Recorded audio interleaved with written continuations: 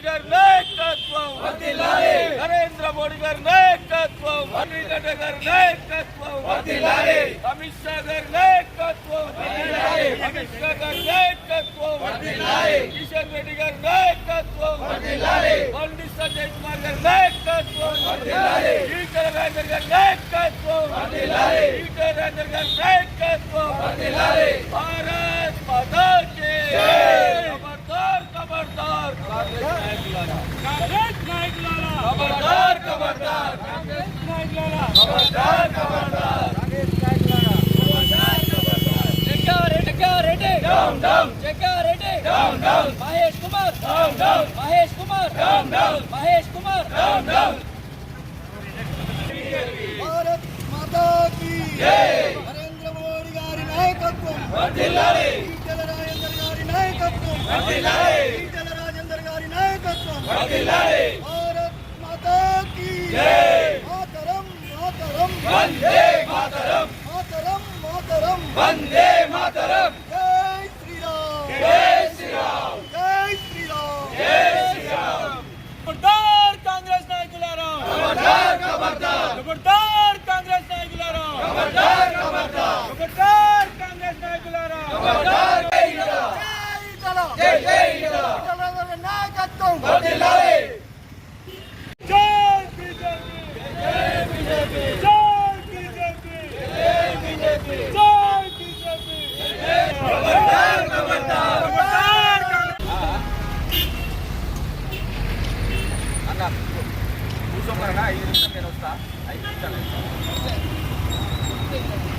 4 రోజుల క్రితం బడుగు బలహీన వర్గాల ఆశాజ్యోతి, పేదల పెన్నిది, ఎవరికి కష్టం వచ్చినా తెలంగాణ రాష్ట్రంలో వారందరికీ అండగా ఉంటారని మాట్లాడే ఈటల రాజేందర్ గారి మీద తెలంగాణ ద్రోహి, ప్రభుత్వ భూములతో పాటు స్వతంత్ర సమర యోధుల భూములను కూడా కబ్జా చేసి కబ్జాకోరైన తూర్పు జయప్రకాష్ రెడ్డి గారు ఈటల రాజేందర్ గారి మీద మాట్లాడిన మాటల్ని మేము తీవ్రంగా ఖండిస్తున్నాం. ఎందుకంటే జగ్గారెడ్డి జీవిత చరిత్ర మొత్తం ప్రభుత్వ భూములు కానీ, అలాగే స్వతంత్ర సమరయోధుల భూములు కానీ, పట్టా భూములు కానీ వారిని భయపట్టించి కబ్జాలు చేసి ఆయన పబ్బం గడుపు కోసం పార్టీలు మారి ఆ అధికారంలో ఉన్న నాయకుడిని మెప్పు కోసం మాటలు మాట్లాడే జగ్గారెడ్డి, నువ్వు 2004లో టీఆర్ఎస్ పార్టీలో గెలిచిన తర్వాత 60 ఎకరాల స్వతంత్ర సమర యోధుల భూముల్ని నువ్వు రియల్ ఎస్టేట్ వ్యాపారం చేసి దాన్ని కాపాడు కోసం ఈటల రాజేందర్ మీరు టీఆర్ఎస్ పార్టీని వదిలిపెట్టేసి కాంగ్రెస్ పార్టీకి ఆ రోజు రాజశేఖర రెడ్డి ప్రభుత్వంలో కలిసిన మాట నిజమా అబద్ధమా నీ గుండెల మీద చేసుకొని చెప్పమని ఈ సందర్భంగా గుర్తు చేస్తున్నాం. దానితో పాటు జస్ట్ ఒక 8 నెలల క్రితం, 2 సంవత్సరాల క్రితం పిసిసి అధ్యక్షుడు రేవంత్ రెడ్డి గారు ఉన్నప్పుడు రేవంత్ రెడ్డి గారిని కొట్టుకోడని చెప్పి పిసిసికి, ఏఐసిసికి డబ్బుల సంచులు తీసుకుపోయి, సూట్ కేసులు తీసుకుపోయి పిసిసి అధ్యక్షుడు చేసింది, అధ్యక్ష పదవి తెచ్చుకోనని చెప్పి మాట్లాడింది నువ్వు కాదు లేదనేది నువ్వు ఒకసారి గుర్తు చేసుకోవాలి. మీడియా మిత్రుల దగ్గర నీ రాజకీయ జీవిత చరిత్ర మొత్తం ఉంటుంది. నీ చరిత్ర కూడా ఈ హుజరాబాద్ గడ్డ మీద ఈటల రాజేంద్రతోని 25 సంవత్సరాలుగా ఉన్న మా అందరికి కూడా తెలుసు నీ చరిత్ర. నువ్వు ఎక్కడ అధికారం ఉంటే అక్కడ, ఎవరి దగ్గర అధికారం ఉంటే వారి దగ్గర నీ పబ్బం గడుపు కోసం, వాళ్ళ మెప్పు కోసం వాళ్ళ కాళ్ళ చెప్పులు నాకే నువ్వు ఒక నికాస్ అయిన బీసీ బిడ్డ అయిన ఈటల రాజేందర్ మీద మాట్లాడడం నీకు సిగ్గు చేయడానికి సందర్భంగా చెబుతూ, నువ్వు మాట్లాడిన మాటలు బేషరతుగా ఈటల రాజేందర్ గారికి క్షమాపణ చెప్పాలని సందర్భంగా చేస్తున్నాం.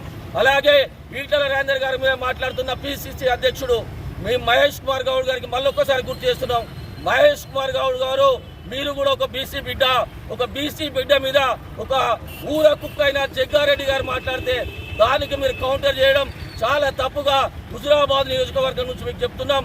మీరు మాట్లాడిన మాటలు బేషరతుగా ఉపసంహరించుకొని ఈటల రాజేందర్ గారిని క్షమించాలని చెప్పి సందర్భంగా కోరుతున్నాం.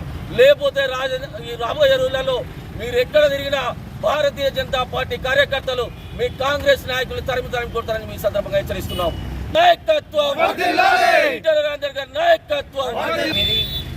మన తెలంగాణ రాష్ట్ర ప్రజల ఆశాజ్యోతి అయిన ఈటెల రాజేందర్ గారిపై విమర్శల ఈ రోజున ఈటెల రాజేందర్ గారిని విమర్శిస్తున్నారంటే ప్రజలందరూ కూడా ముక్కు మీద వేలేసుకుంటూ ఉన్నారు, ఒక్కొక్కరు ఓ అని అంటూ ఉన్నారు. ఆయన బడుగు బలహీన వర్గాల వ్యక్తి. ఆయన అహర్నిశలు కూడా తెలంగాణ ప్రజల కోసం, తెలంగాణ ఉద్యమ సమయంలో ఆయన ఎంత కష్టపడి తెలంగాణ కోసం ఎంత కష్టపడడం మనందరికీ కూడా తెలుసు. మరి అటువంటి గొప్ప వ్యక్తిని ఈ రోజున విమర్శించడంగానే మనం ఏదో గొప్ప వల్లం అయిపోతామని అనుకోవద్దు. అసలు ఈ సమస్య ఎక్కడ స్టార్ట్ అయింది? ఈటెల రాజేందర్ గారిని విమర్శించవలసిన అవసరం ఎక్కడ ఎందుకు వచ్చింది అంటే మూల కారణం హైడ్రా అనేది ఒక కొత్త స్కీమ్ పెట్టేది. అదొక పెద్ద స్కామ్. హైదరాబాద్ సిటీలలో ఇండ్లు కిరాయికి ఉండాలంటే బడుగు బలహీన వర్గాల ప్రజలకు అది అమలయ్యేది కాదు. 10,000 20,000 రూపాయల నెలకు కిరాయి కట్టాలంటే సామాన్య ప్రజలు ఎక్కడి నుండి కడతారు? వాళ్ళు ఏదో సొంత ఇల్లు ఉండాలని చెప్పి 1 గదో 2 గదో 3 గదులు చిన్నగా ఏదో లోన్ తీసుకొని నెల సంపాదించుకున్న దాంట్లో 100-200 దాచుకుంటా నెల కొంత కిస్తు కట్టుకుంటా చిన్న ఇల్లు కట్టుకున్నారు. ఎందుకంటే ఆ ఇల్లు వాళ్ళకు ఉండేటందుకు అవసరం. ఇల్లు కిరాయి కట్టలేని పరిస్థితి.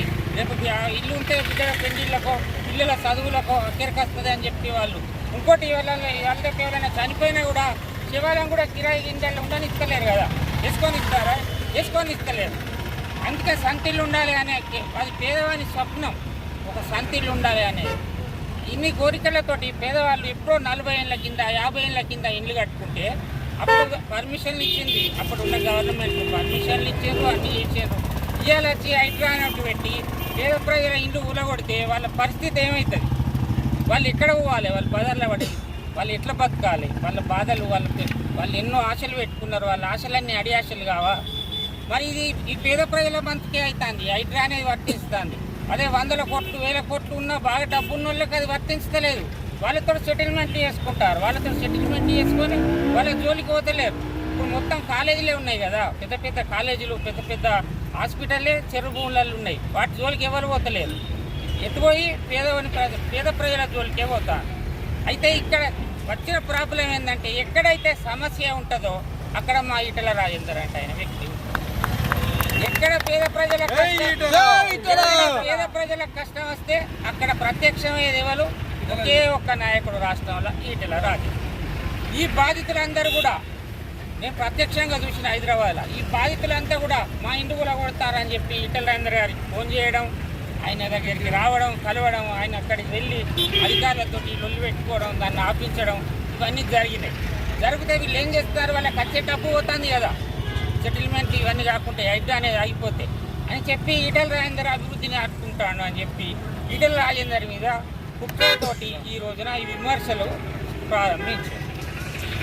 ఈ విమర్శలు ప్రారంభిస్తే వాళ్ళకు ఇంకో భయం పట్టుకున్నది.